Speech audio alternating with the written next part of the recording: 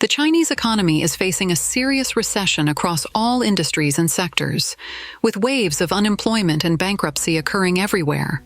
College graduates are unable to find jobs, with the unemployment rate reaching nearly 70% after graduation, forcing many to become delivery workers to survive. As a result, the number of delivery workers in the mainland is exploding, with middle-aged unemployed people, new graduates, and others all flocking to this industry.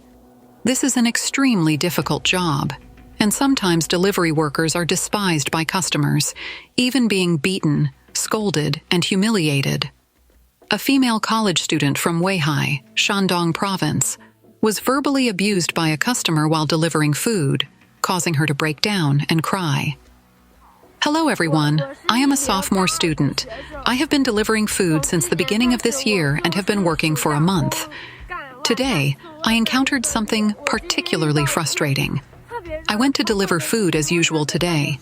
A woman ordered a bowl of beef noodles for 17 yuan. There is an elevator in her community, but those without an elevator card cannot use it. After I arrived at her community, I called her and asked if I could use the elevator to deliver her order. She said, "You delivery people can't use our elevator. It's for residents only. You're not qualified. You can walk up the stairs. It's not like you don't have legs, and the fourth floor isn't that high." I felt wronged, but I climbed the stairs to deliver it to her. She was waiting for me at the door, and I handed the food to her. I had another order to deliver, which was about to be late in 3 minutes, so I hurried to deliver it. However, the woman called me shortly after and demanded that I return to her house immediately to check the dish. I had never met such a rude person, but I said, "Okay." I didn't deliver the second order and rushed back to her house. She said, "Look at the dish you delivered. How can anyone eat this?" Then she threw the beef noodles on the ground, spilling the soup all over me. It was fine when I handed it to her, and no soup had spilled. I said, "Maybe the restaurant didn't pack it well. I'll go buy you another one." She said, "I'll give you 5 minutes. Be careful, or I'll complain about you. You can't even deliver food properly, and at your age, you should be in school." I was speechless. I called the restaurant and asked them to prepare another one. When I arrived at the restaurant, the staff told me, "There are many customers like her who spill the food themselves and then ask us to replace it." The girl said that she had never received a complaint or bad review before, and this was the first time she encountered such a customer. She felt very sad and wronged. On August 12th, a security guard in Hangzhou, Zhejiang, forced a delivery person to kneel. This incident triggered hundreds of delivery workers to protest in solidarity, resulting in clashes with the police. The delivery person who was forced to kneel was a 19-year-old female college student who worked part-time as a delivery driver. At noon on the 12th, when she arrived at Hangzhou Greentown Xixi Century Center to deliver food, she accidentally stepped on a greenbelt guardrail. The property security guard confiscated her electric scooter key, demanded that she kneel down, and pay a 200 yuan fine. At that time, she had other orders in her hands. If she couldn't deliver the food on time, it would be late, and she might receive a bad review from the customer. A single bad review could result in a deduction of hundreds of yuan in fees for the delivery person. In desperation, she was forced to kneel down and pay the fine to get her scooter keys back. After the image of the delivery person kneeling spread in the local delivery group, hundreds of delivery workers went to Xixi Century Center demanding an explanation, questioning why the property management forced the rider to kneel, and asking for an apology. A large number of police officers rushed to the scene, leading to a confrontation between the delivery workers and the police, which escalated into physical conflict. As of 8 p.m. that day, many delivery workers and onlookers were still gathered outside the involved community. Delivery workers are often humiliated.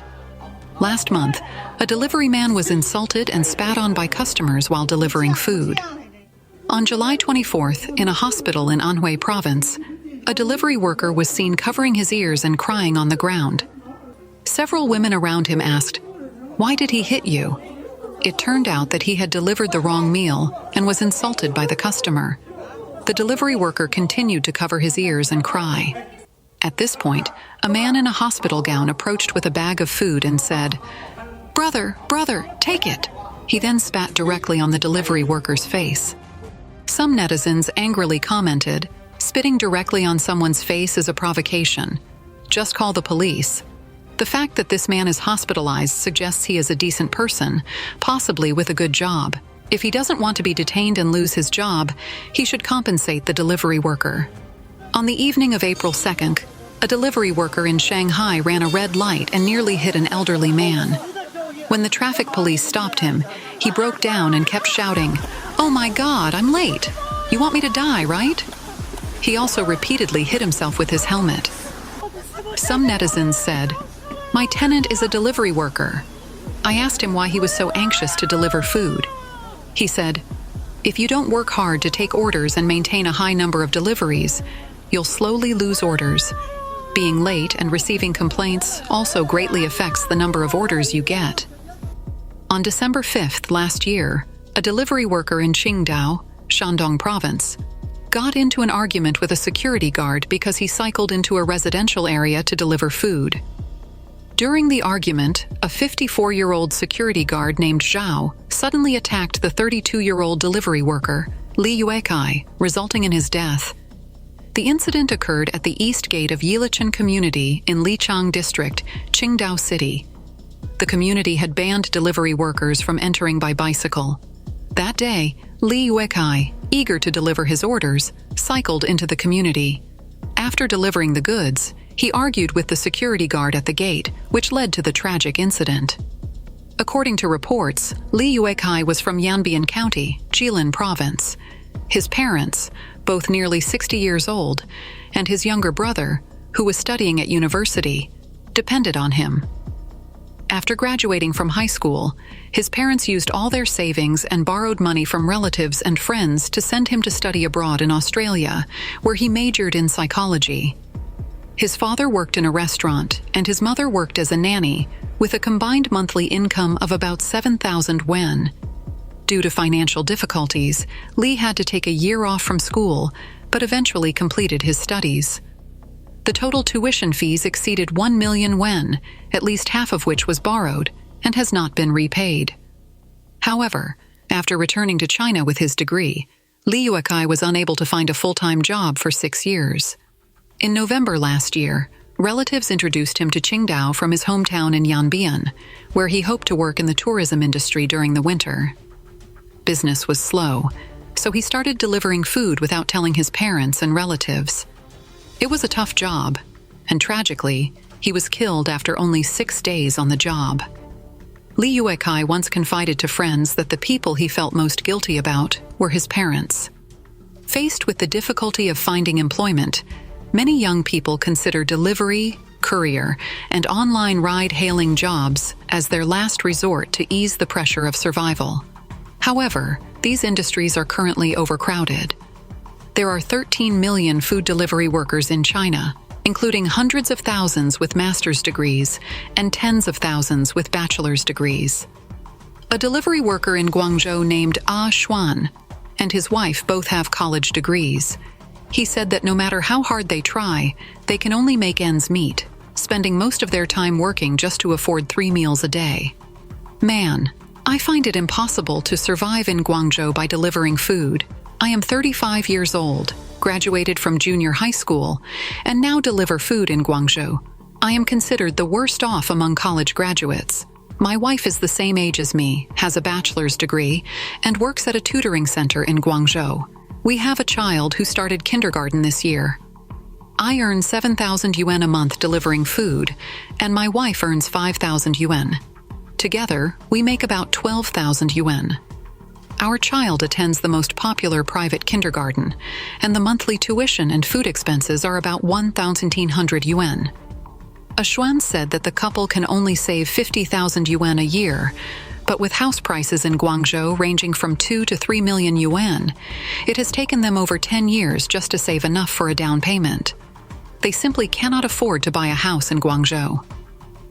"Man, we are 35 years old now. We feel very unsuccessful in life. We have no house, no car, and no significant savings. we don't know what the future holds. What is the meaning of hard work, and where will our final destination be? Our golden years are over. It's difficult to change jobs. We are struggling to survive in a big city and have exhausted our energy. The mainland is facing a wave of unemployment. Small and medium enterprises are closing en masse. China's economy is plummeting, with unemployment, bankruptcy, and unpaid wages widespread. Local governments are saddled with huge debts. Big cities like Shanghai, Guangzhou, and Tianjin are filled with homeless people sleeping on the streets at night. If you walk around China's once magnificent major cities at night, it is not difficult to see unemployed workers sleeping in rows on the streets, bus stations, and subway stations. Many families, whose parents are unemployed and have no money to pay living expenses, have to sleep on the streets. Many single mothers with small children live homeless at train stations, scenes that have never been seen before in China. Not only immigrant workers and the unskilled working class, but even highly skilled technical workers and office workers are also facing widespread unemployment. There are many complaints about layoffs, unemployment, and the inability to find jobs. They are all facing the pressure of mortgages, home loans, car loans, children's education, and parent retirement, but they don't know what to do. Middle-aged people in Zhengzhou, colleagues were laid off and shed bitter tears. The blogger Xi'an's working life, who works in Zhengzhou, Henan, recently said that he posted a video on his social media to talk about unemployment, and he didn't expect it to resonate with many people. His words touched the hearts of many. He said that his company had laid off employees. A few days ago, he had a meal with a colleague who was laid off. The colleague said many things with tears and snot. "My heart is also sour, especially bad taste." The blogger said that his colleague was a little older than him, and his hometown was also in the countryside. He has a child. He has a mortgage of more than 4,000 yuan RMB every month, plus a car loan of 1,600 yuan. He said that he never thought he would be laid off by the company, so he didn't save his money. When he was called to the office on the day of the layoff, he said he was scared. When he went home and told his wife about his layoff, he lowered his head and wanted to cry but couldn't. He said that during the meal, his colleague drank a lot of wine and started crying while drinking. He said that the 25th of every month is the day to pay the mortgage, and he had just paid the car loan a few days ago. If he can't find a job, he doesn't know what to do next month. The colleague recently submitted about 20 resumes, but so far there has been no response. Xi'an middle-aged people are unemployed and at a loss. The Xi'an self-media person, Xi'an Mama, said that her husband is unemployed. The resignation procedures were completed in early July. Middle-aged unemployment is really terrible. Her husband was born in the 1980s and has been living in Kunming for 11 years. He worked in his previous company for 10 years and 9 months, and in the new company for 3 months, but he was ultimately unable to escape the wave of unemployment. She said, "Without a source of income at home, we are really at a loss." When people reach middle age, they have elderly parents and children to support, as well as the pressure of rent and living expenses. The employment environment has not been good in the past 2 years, and companies of all sizes are laying off employees. I heard that many companies in Kunming have closed down in the first half of the year. She said that they have 2 children, and if her husband loses his job, they may end their wandering life in Kunming and return to Chujing. Shandong University graduating students, unemployed after graduation, collapsed. Shandong blogger Happy Leaf is a university graduate this year. She recently said that it has been more than a month since she got her diploma in mid-July. "I found out after graduating from university that college students are really everywhere in today's society." She submits her resume on recruitment software almost every day, but receives very few replies. Every day is spent in self-doubt, depression, anxiety, and despair. 5 of the 7 people in the university dormitory are now unemployed. The current actual mainland youth unemployment rate is up to 60 to 70%. "I am really broken. Are college students without family backgrounds really unemployed after graduation? I feel really powerless after graduating from college," she said. According to the 2024 College Student Employment Survey report released by China Xi'an. As of mid-April, only 48% of graduates received informal employment notices, which is worse than last year. The statistics for the 2024 graduates of Guangdong University of Technology show that the employment rate is only 41%, which means that 60% of graduates have no jobs. Among them, the employment rate of the School of Architecture and Urban Planning is only 9% due to the sluggish real estate market. Really out of money? Beijing also forces people to return unemployment benefits. Shenzhen City, Guangdong Province, requires a large number of people to return the unemployment benefits they have already received, attracting public attention. According to online news, many people in Beijing have also been asked to return unemployment benefits. Netizens are saying it seems that the government is really short of money. Recently, the media reported that the number of people receiving unemployment benefits in Shenzhen has continued to increase, and the Unemployment Insurance Fund has been unable to make ends meet. Since last year, the authorities have begun to publish lists requiring citizens to return the unemployment benefits they had received, claiming they do not meet the conditions. On social media, many Beijing netizens have also revealed that their unemployment benefits have been suspended or even recovered. As early as March 14 this year, Beijing blogger Nana revealed that she received unemployment benefits after being laid off by her company, but unexpectedly received a text message from the Social Security Bureau stating that the unemployment benefits she had received were illegal and had to be returned. She said that she had received unemployment benefits for a total of 10 months since April last year, amounting to more than 20,000 yuan, RMB, and was forced to return all of them. She said, "I searched a lot of people on Douyin, and they also said that they were asked to return the unemployment benefits.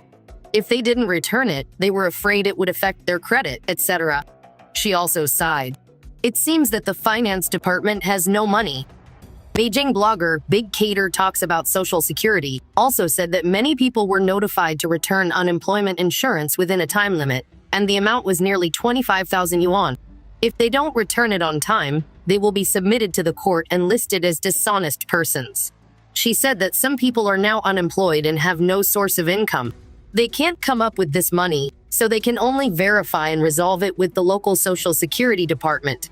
In addition, a netizen named Xi'an from Hefei City, Anhui Province, also revealed that she was asked to return more than 20,000 yuan in unemployment benefits. Unemployment rate is high and theft is rampant. Hundreds of private cars in Xi'an had their windows smashed. The Chinese mainland economy continues to decline. The unemployment rate among young people is getting higher, and social problems are emerging one after another. Recently, hundreds of vehicles in multiple communities in Jinan, Shandong, had their windows smashed. Insiders revealed that a gang of young people broke the windows to steal property. On July 19, a video circulated online showing that on a road in Jinan, Shandong, all the vehicles parked on both sides had their windows smashed, with glass shattered all over the ground. The netizen who recorded the video said, "It can be seen that the economic situation is tense. Theft is getting more and more intense. From the bottom to the top, all the cars have been smashed, and there is not a single one left. Now the business performance is not good. The labor force is all over the streets, and the theft will increase. Everyone must pay attention to safety." The police said that more than 100 cars were smashed in total. On July 18, according to the Qilu 1 Point report of Qilu Evening News, the incident happened at Jinan Yard community in Jinan High-Tech Zone and several surrounding communities such as Greentown Magnolia Garden and Park Hyatt Mansion. The incident occurred around the evening of July 15. According to the report, from the surveillance footage, at least 3 people were involved in smashing cars, aged around 20. After breaking the glass of the car windows, they stole valuables from the cars. Informed netizens said, "It was Magnolia Garden, Wutong County, Park Hyatt Mansion, Jinan Yard, and other communities, with a total of more than 100 cars smashed." The owner of a damaged vehicle posted that the thieves stole everything, even the mobile phone holder and footpads. In the end, even a few cents of coins were not spared. In addition to Jinan, similar incidents have also occurred in Jining and Weishan, Shandong, where not only windows were smashed, but cars were also stolen. The car thieves in Linyi are also minors. Netizens lamented, "Poor people are crazy. There are indeed many people who can't make money, and all kinds of things will happen. It can be seen that life is difficult. When life was better in the past few years, there were fewer such things. This is back to before 2000. The unemployment rate is so high, young people have no jobs. Is it starting now? Another netizen revealed that after her car was smashed, the police not only ignored it, but also restricted her from posting videos to expose it. Last year, my car glass was smashed and it hasn't been resolved yet. I was in Xi'an last year, it was also smashed, and no one cared afterwards. After I posted the video, the network police asked me to delete it. If you can't control the thief, can't you control us? Create a false situation of harmony in the whole society.